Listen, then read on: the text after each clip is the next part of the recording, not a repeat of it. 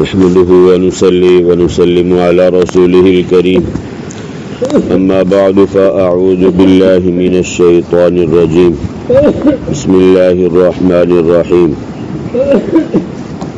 ثم خلقنا النطفة علقة فخلقنا العلقة مضغة فخلقنا المضغة عظاما فكسونا العظام لحما ثم أنشأناه خلقا آخر فتبارك الله أحسن الخالقين ثم إنكم بعد ذلك لميتون ثم إنكم يوم القيامة تبعثون صدق الله العظيم وبلغنا رسوله النبي الكريم ونحن على ذلك لمن الشاهدين والشاكرين والحمد لله رب العالمين اللهم صل على سيدنا محمد النبي الأمي وعلى آله وبارك وسلم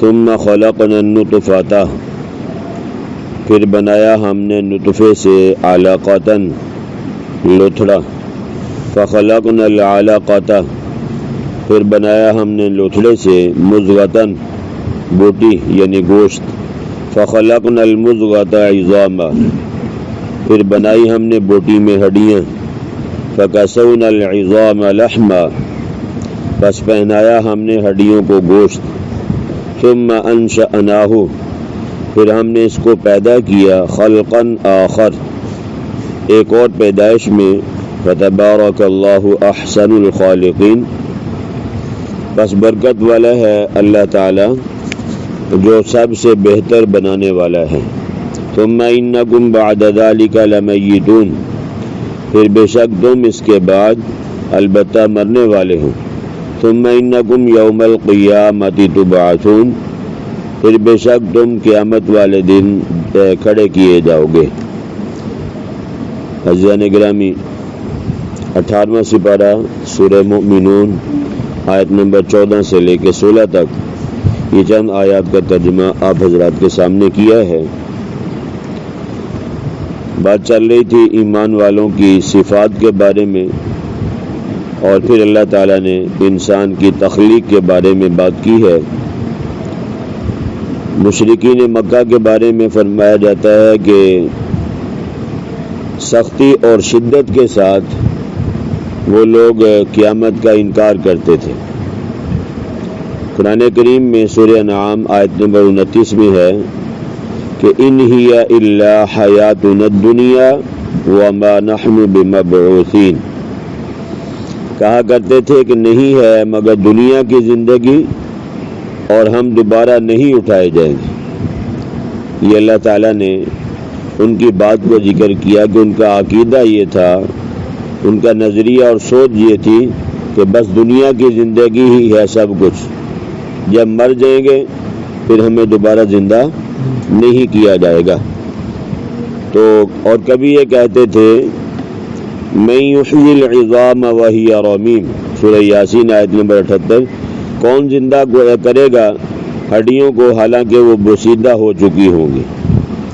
کبھی کہا کرتے تھے اذا متنا وکنا ترابا اذا كنا عظاما ورفاتا انا لمبعوثون خلقا جديدا، سورہ بنی اسرائیل آیت نمبر 98 ہے، کیا جب ہم ہو جائیں گے ہڈیاں اور چورا چورا کیا ہم اٹھائے جائیں گے نئی پیدائش میں؟ اور کبھی یہ کہتے تھے اذا ضللنا فی الارض انا لفی خلق جدید، سورہ سجدہ آیت نمبر 10 میں ہے، کیا جب ہم رل مل جائیں گے زمین میں تو کیا ہم نئی پیدائش میں پیدا کیے جائیں گے؟ تو وہ قیامت کا دوبارہ زندہ ہونے کا شدت سے انکار کرتے تھے۔ یہ پرانی آیات میں اللہ تبارک و تعالیٰ نے ان کے اقوال کو ذکر کیا کہ کبھی کوئی بات کرتے تھے کبھی کوئی بات کرتے تھے کہ جب ہم مر جائیں گے ہماری ہڈیاں گل سڑ جائیں گی، چورا چورا ہو جائیں گی تو کیا ہم دوبارہ زندہ کیے جائیں گے؟ یعنی قیامت کا، مرنے کے بعد زندہ ہونے کا، اس کے وہ انکار کیا کرتے تھے۔ تو اللہ تبارک و تعالیٰ نے ان کا رد فرمایا ہے، ان کی سوچ کو کہ ہم دوبارہ کیسے پیدا کیے جائیں گے۔ تو اللہ تبارک و تعالیٰ نے فرمایا ثم خلقنا النطفة، پھر بنایا ہم نے نطفے سے علقۃ لتھڑا، پہلے 40 دن تک ماں کے رحم میں یہ نطفے کی شکل میں رہتا ہے اور اس کے بعد یہ ایک لوتھڑے کی شکل اختیار کر لیتا ہے۔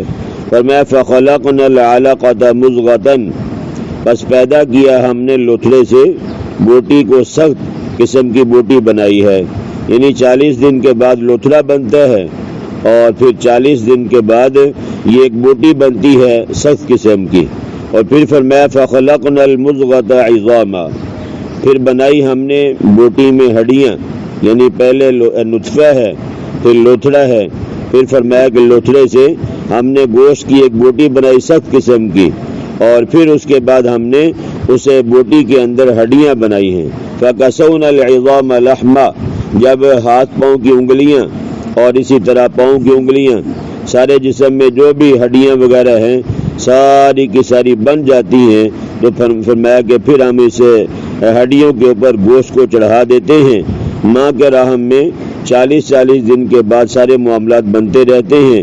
پھر رب تعالیٰ کی قدرت کاملہ کے ساتھ اللہ تبارک و تعالیٰ جب سارا جسم مکمل ہو جاتا ہے، ڈھانچہ شکل و صورت بن جاتی ہے، لڑکا ہے یا لڑکی، تو پھر 4 ماہ کے بعد کیا ہوتا ہے؟ فرمایا ثم انشأناه خلقا آخر، 4 دن سے کچھ دن زائد ہوتے ہیں۔ فرمایا پھر پیدا کیا ہم نے اس کو ایک اور پیدائش میں، یعنی پہلے تو مردہ تھا، پہلے تو ڈھانچہ بنا ہے ہڈیوں کا، اوپر گوشت چڑھا دیا گیا، بچہ مکمل ہو گیا، لیکن یہ کہ ابھی تک اس کے اندر روح نہیں آئی۔ تو فرمایا کہ پھر ہم اس کو ایک اور پیدائش میں پیدا کرتے ہیں، مطلب یہ کہ اس کے اندر روح کو پیدا کیا جاتا ہے، پھونک دیا جاتا ہے اور وہ زندہ ہو جاتا ہے۔ فرمایا ظالموں، جو خدا یہ کام کر سکتا ہے تو وہ دوبارہ پیدا کیوں نہیں کر سکتا؟ جب تم نہیں تھے، تمہارا کوئی ماڈل نہیں تھا، تمہارا نمونہ نہیں تھا، تمہاری شکل و صورت نہیں تھی پہلے، اللہ تعالیٰ نے یہ سب کچھ پیدا کیا، اور یہ نہیں کہ سامنے میدان میں رکھ کے پیدا کیا بنایا ہے۔ ماں کے رحم میں اندھیروں کے اندر اللہ تبارک و تعالیٰ نے انسانی شکل و صورت کو بنایا ہے۔ حضرت مولانا سید محمد انور شاہ کشمیری رحمہ اللہ فرماتے ہیں کہ دنیا میں انسان کے وجود سے زیادہ عجیب کوئی چیز نہیں ہے۔ حقیر قطرے سے اللہ تعالیٰ نے انسان بنا دیا، مگر چونکہ انسان روزمرہ پیدا ہوتے رہتے ہیں اس لیے کوئی تعجب نہیں کرتا۔ رب تعالیٰ کی قدرت سمجھنا چاہیں تو انسان اپنے جسم میں سمجھ سکتا ہے کہ جب میں کچھ نہیں تھا اللہ تعالیٰ نے مجھے پیدا کیا، اور کتنا خوبصورت تخلیق میں پیدا کیا، کس انداز سے پیدا کیا ہے۔ اگر بندہ اپنے اندر ہی غور و فکر کرے تو اللہ تبارک و تعالیٰ کی قدرت کاملہ بندے کی سمجھ میں آ سکتی ہے۔ فتبارک اللہ احسن الخالقین، بس برکت والا ہے اللہ تعالیٰ جو سب سے بہتر بنانے والا ہے۔ دنیا صرف تصویریں بنا سکتی ہے، بت اور مورتیاں بنا سکتی ہے، لیکن ان میں جان نہیں ڈال سکتی۔ آپ نے دیکھا اچھے اچھے مصور ہیں، بت بنانے والے ہیں، ایسے نظر آتے ہیں دور سے جیسے واقعی حقیقی انسان کھڑا ہے، لیکن جب پاس جاتے ہیں تو سوائے ڈھانچے کے اور بت کے اور کچھ نہیں ہوتا۔ اس سے آگے انسان بے بس ہے۔ تو فرمایا کہ انسان صرف اور صرف تصویریں اور مورتیاں بنا سکتا ہے، لیکن اس میں دنیا کی کوئی بھی طاقت جان نہیں ڈال سکتی۔ پروردگار وہ ہے جس نے جسم بنانے کے بعد اس میں جان بھی کیا کر دی بھائی، ڈال دی، اس میں روح بھی ڈال دی۔ فرمایا یہ بھی یاد رکھو ثم انکم بعد ذلک لمیتون، اب ان کے عقیدے کا رد کیا جا رہا ہے، پھر بے شک تم اس کے بعد مرنے والے ہو۔ یعنی جب بندہ پیدا ہو جاتا ہے اس کے بعد چاہے وہ 1000 سال زندہ رہے، چاہے 2000 سال زندہ رہے، چاہے 10 دن زندہ رہے، جب اللہ تعالیٰ نے جتنی زندگی مقدر کی ہوتی ہے وہ پوری ہو جاتی ہے، پھر اللہ تعالیٰ کی طرف سے حکم آتا ہے کہ اس کے بدن سے روح کو کیا کرو بھائی، نکال کے لے آؤ۔ تو چنانچہ اسرائیل علیہ السلام بدن سے روح کو نکال کر لے جاتے ہیں۔ اسی بات کو بیان کیا ثم انکم بعد ذلک لمیتون، پہلے اللہ نے پیدا کیا ہے، پھر بے شک تم اس کے بعد مرنے والے ہو۔ اور یہ بھی یاد رکھو معاملہ یہیں پہ ختم نہیں ہو جاتا، بلکہ فرمایا ثم انکم یوم القیامۃ تبعثون، پھر بے شک تم قیامت والے دن اٹھائے جاؤ گے۔ قیامت کا تم کیسے انکار کرتے ہو؟ اپنی حقیقت کو دیکھو کہ تم کیا تھے، کیا بنے، کس نے بنایا اور کس نے کیسے بنایا۔ اگر بندہ ان باتوں میں غور کرے نا بھائی تو پھر انکار کی گنجائش نہیں رہتی۔ سورہ یاسین میں فرمایا قل اے محبوب صلی اللہ علیہ وسلم آپ کہہ دیں یحییھا الذی انشأھا، جس نے وہ زندہ کرے گا جس نے اس کو پہلی مرتبہ پیدا کیا ہے، اول مرہ، وہ دوبارہ بھی اس کو کیا کرے گا بھائی؟ پیدا کرے گا۔ یعنی جس ذات نے تمہیں پہلے مرتبہ پیدا کیا ہے وہی ذات تمہیں دوبارہ بھی کیا کرے گی بھائی؟ زندہ کرے گی۔ جب تم کچھ نہیں تھے اللہ نے ماں کے رحم میں تمہیں شکل و صورت دی ہے، تمہیں پیدا کیا ہے، تمہارے اندر روح کو پھونک دیا ہے۔ فرمایا اس ذات کے لیے نہ پہلی مرتبہ پیدا کرنا کوئی مشکل تھا اور نہ دوسری بار اللہ کے لیے پیدا کرنا کوئی مشکل ہے، جیسے یعنی اللہ کے لیے کوئی مشکل نہیں ہے۔ یہ تو انسان کی عادت ہے، انسان کا بھی خاصہ ہے کہ جب پہلی بار کوئی چیز بناتا ہے، ایجاد کرتا ہے، اس میں اس کے لیے بہت زیادہ وقت درکار ہوتا ہے، لیکن جب وہ چیز ایک مرتبہ بن جاتی ہے تو دوبارہ انسان کو بھی اس چیز کو بنانا کوئی مشکل ہوتا ہے بھائی۔ پتہ یہ مشینری ہے، اس کا یہ کام ہے، اب آئے دن اس کے اندر بہتری تو لاتا رہتا ہے، لیکن یہ کہ اسے دوبارہ بنانا انسان کے لیے کوئی مشکل نہیں ہوتا۔ تو فرمایا کہ اللہ کے لیے تم انسان کے لیے تو پہلی بار چیز کو ایجاد کرنا مشکل ہے، اللہ کے لیے نہ پہلی بار مشکل ہے اور نہ اللہ کے لیے دوبارہ پیدا کرنا کوئی مشکل بات ہے۔ تو لہذا یہ جو تمہارا عقیدہ اور نظریہ ہے کہ تمہیں کون دوبارہ زندہ کرے گا، فرمایا جس نے تمہیں پہلے پیدا کیا وہی دوبارہ تمہیں زندہ کرے گا۔ لہذا اگر تم اس بات کو مانتے ہو تو ٹھیک ہے، نہیں بھی مانتے لیکن اللہ نے جو کہہ دیا وہ ہو کے رہے گا۔ پیدا کیا، مرو گے، مرنے کے بعد قبروں میں جاؤ گے، اور جب اللہ کو منظور ہوگا قیامت آئے گی دوسری بار سور میں پھونکا جائے گا، اللہ تمہیں تمہاری قبروں سے زندہ کر کے کیا کر دے گا بھائی؟ کھڑا کر دے گا۔ اللہ کی ذات سے دعا ہے کہ جو کچھ کہا سنا گیا اللہ مجھے بھی، اللہ آپ کو بھی کہنے سننے سے زیادہ سمجھ کر عمل کرنے کی توفیق نصیب فرمائے۔ بسم اللہ الرحمن الرحیم، الحمد للہ رب العالمین، حمدا کثیرا طیبا مبارکا فیہ، اللہم صلی علی سیدنا محمد النبی الأمی وعلی آلہ وبارک وسلم۔